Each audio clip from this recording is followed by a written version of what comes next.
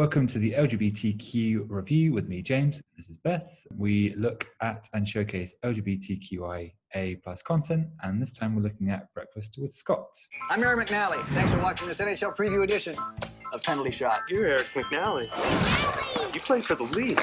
You were a great fighter until you got injured in that practice. You suck! Julie died. I'm sorry.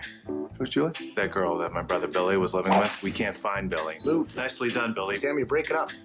Sam and his brother are not so good at keeping in touch. Well, we have a problem then, seeing as Billy's Scott's guardian. Who's Scott now? Julie's son? Julie had a son. Congratulations. Your dad's.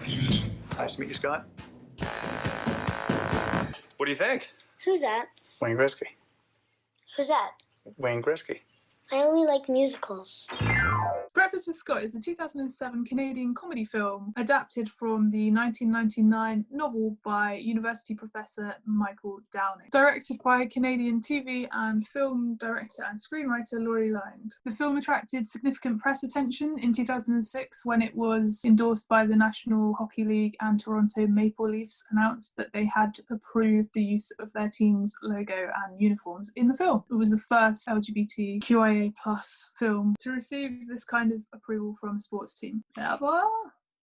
I wonder, not to take anything away from that accomplishment, because it is like landmark, but how many LGBTQ plus films are asking for that? Like, I can't imagine there are that many. I don't know. 2007 feels like such a lost time for film, even in terms of the story, which I'm sure we'll talk about in a minute, the narrative. It's really difficult to comment on it. It's like a lost time. But like 2007 for films, to me, for whatever reason, I think of like Adam Sandler and like Kevin James, like bad comedies being released. The only films I can remember watching around 2007 are like Batman, Mamma Mia, and Angus Thongs and Perfect Snogging. Now, I love Mamma Mia and Angus Thongs and Perfect Snogging, but it's not a moment in time for film.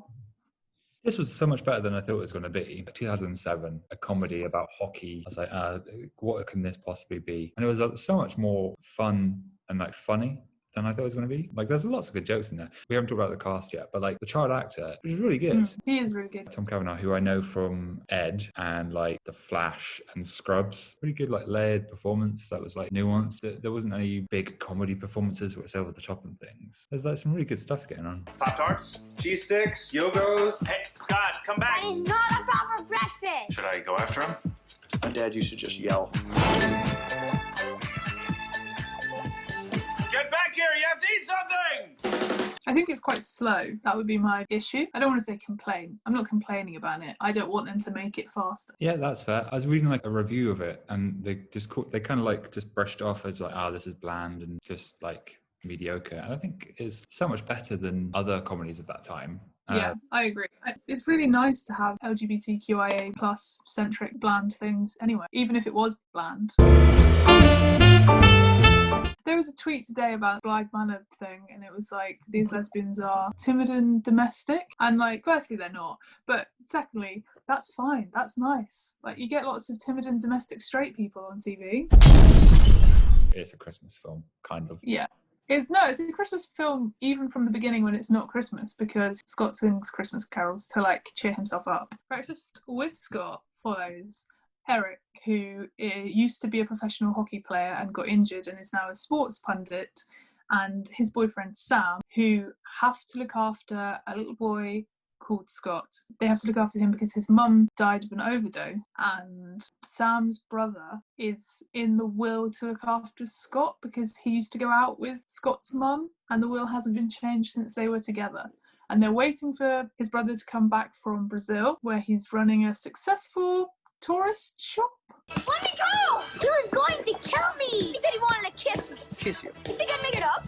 I really liked how the bully wasn't just a bully and he was like an actual character. That was really great. In a lesser film, he could have been just like a crap kid next door. It was also good within the story, not in real life, because it was frustrating to watch, but how the adults don't tell him off for being essentially like a bully and being mean and swearing at people and calling them and things. When you're watching it, it's like, why aren't you doing anything? But also in real life, that kind of is how things happen, you know? And they're leading by example as well. They're just being like nice, fair people that live in his neighbourhood. So he's going to see that, hopefully eventually stop shouting obscenities at people. There's a great scene with the teacher, like the well-meaning teacher, talking about like role models on TV and stuff. I didn't see that coming. I was like, oh, that's so good. Yeah. That's such a nice little addition. So it's like a parents' evening where they are talking to Scott's teacher. They're trying to discuss the fact that he is wearing makeup and how to like guide him essentially because they're new at parenting. And the teacher implies that reading too much and not watching TV has limited Scott's role models. And everyone's kind of a bit confused. It's like, what do you mean? Like you're saying he should watch TV. The insinuation is that Scott's flamboyant nature is caused by the fact that he's being raised by two gay men. And that if he watched TV and didn't read as much, he would see like some burly men, I guess, or just other role models. Yeah, that was such a nice scene because you're kind of with the teacher because she seems to want to help. And then they just twist it at the end. And it's really nice. It's like a really well done scene and a nice bit of writing, I thought. Eric is like, we need to tell him to stop acting like that. He can't wear these clothes. Can't wear makeup and stuff. And then that happens. And even though he carries on doing that to a point afterwards, in that moment, he's like, well, should we complain about that? We should probably complain about that. Mm. So he recognises that that's bad, even though that's what he's doing. When Eric is trying to change Scott, Sam just lets him make Scott take all the posters down and stuff. I don't understand why he's so passive. Yeah, that's a good point. Because there are like glimpses of greatness within the narrative. But then so much of it is just, that's not how you be a boy like this. And then everybody else, like, just quietly letting that happen. It almost feels neglectful for all the other characters to just let that happen. And even with a happy ending, you still think, but in real life, that's massively damaging to a child. That's going to have repercussions for the rest of his life. Real life is not like Blind Nana, and he's not going to forget everything until his lesbian aunt turns up at his wedding and tells him.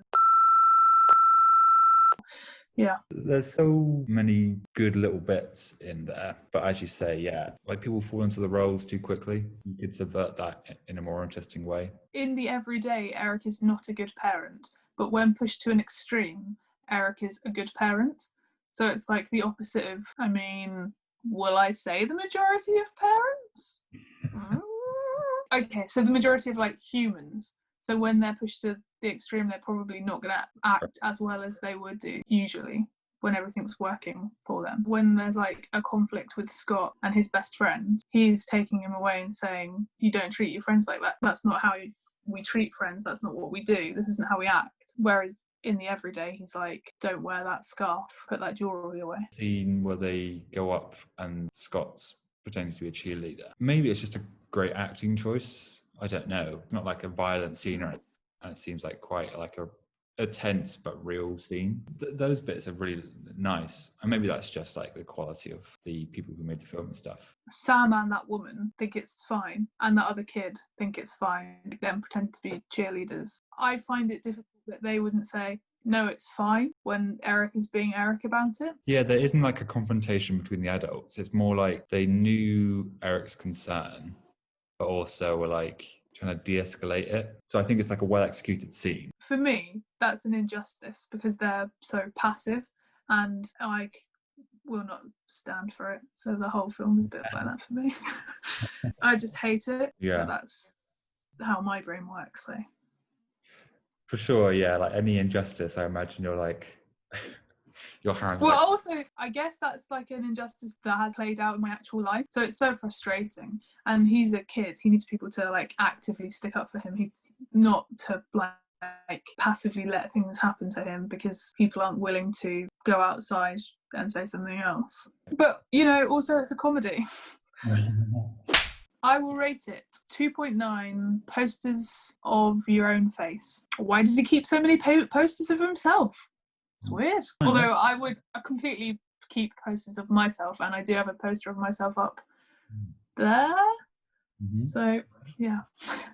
That seems quite low. I thought you were going to go a lot higher. I'll give it 3.8 stolen ice skates. That's what we thought. Let us know what you thought in the comments below, and you can like and subscribe if you want some more content.